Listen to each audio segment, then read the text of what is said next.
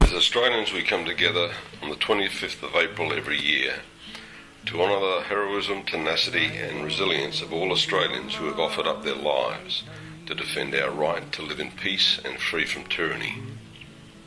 In particular on this day, we remember that group of young men who were sent to Gallipoli in April of 1915, where they fought in a campaign designed to open up a permanent and safe seaway to Eastern Europe and hopefully shorten the duration of that brutal war.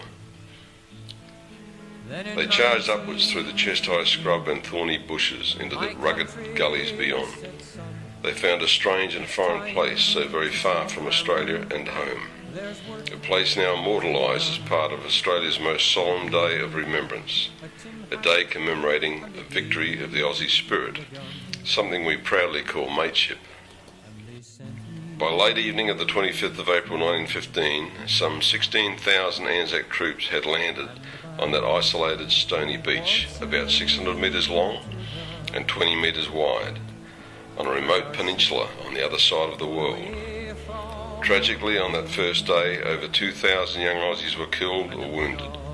Bodies were crowded on the coarse sand and flat grey stones of what is now known as ANZAC Cove.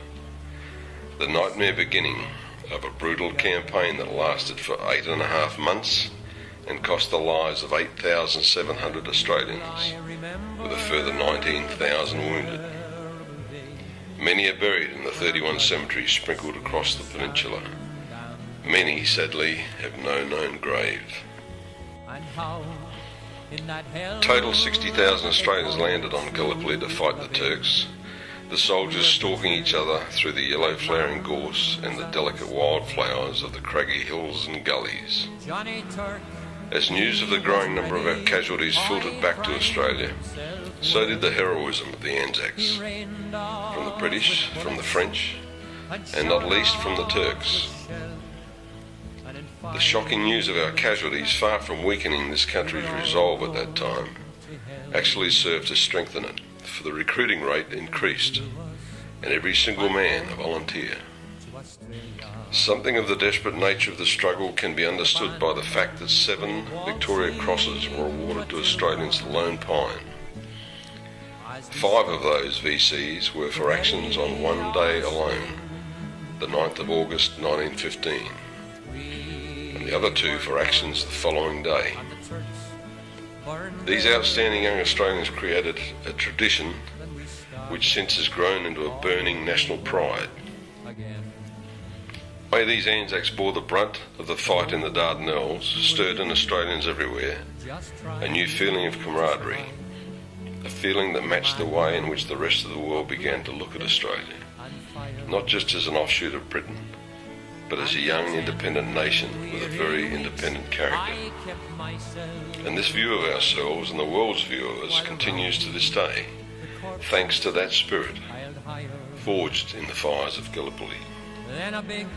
These gallant, cocky, cheerful young soldiers were a new, unknown factor in a very old empire. On the 25th of April 1915, a new side of the Australian character was revealed. The spirit of ANZAC was kindled.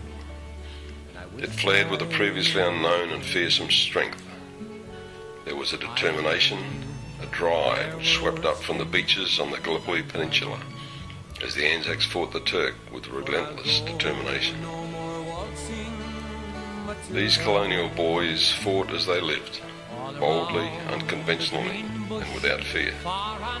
They proved that their young country could produce men equal to any in the world. They were the ANZACs.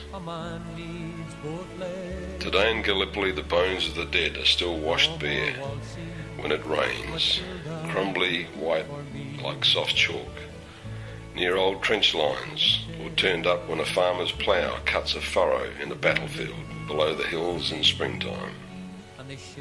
They lie alongside rusty scraps of shrapnel, jagged shards of shell casing, tangled shreds of barbed wire. Their remains intermingled with the dull grey of old lead bullets, in places where larks sing overhead.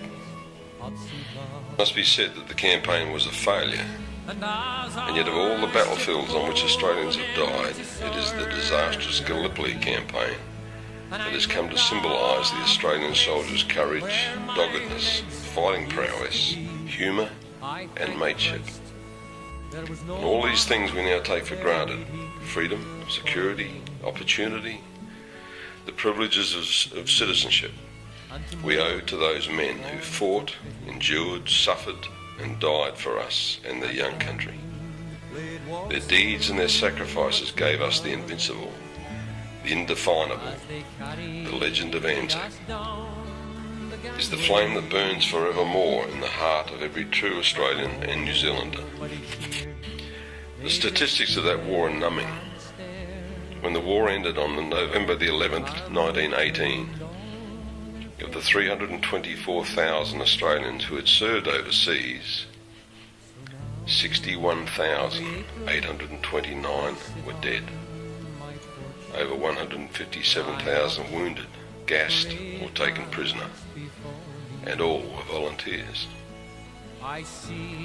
Reflect for a moment on the effect those numbers would have on the Australia of today. Then remember that in 1918, Australia's total population was less than 5 million. ANZAC Day is not a commemoration of the victories or defeats of the Australian Armed Forces at war. Instead, on this day, we simply remember that individual, ordinary Australians were prepared to make personal sacrifices. Many gave their lives for the freedom and quality of life that we enjoy today. Let's never forget those young Australians who fought in strange, far-off places, such as Gallipoli, Flanders, Bullecourt, Beersheba, Tobruk, El Alamein, Malaya, Korea, Vietnam, Iraq, and those who continue to risk their lives today in Afghanistan. If we treasure our freedom, our way of life, our free speech, our very lives in fact, we will forever need that spirit of ANZAC. We must never let it die. We must never forget what that spirit demands, or the lives that are forever shortened in the name of our nation. We must never slacken from our resolve to make this country into one worthy of the memory of those we cherish and honour on this day, ANZAC Day.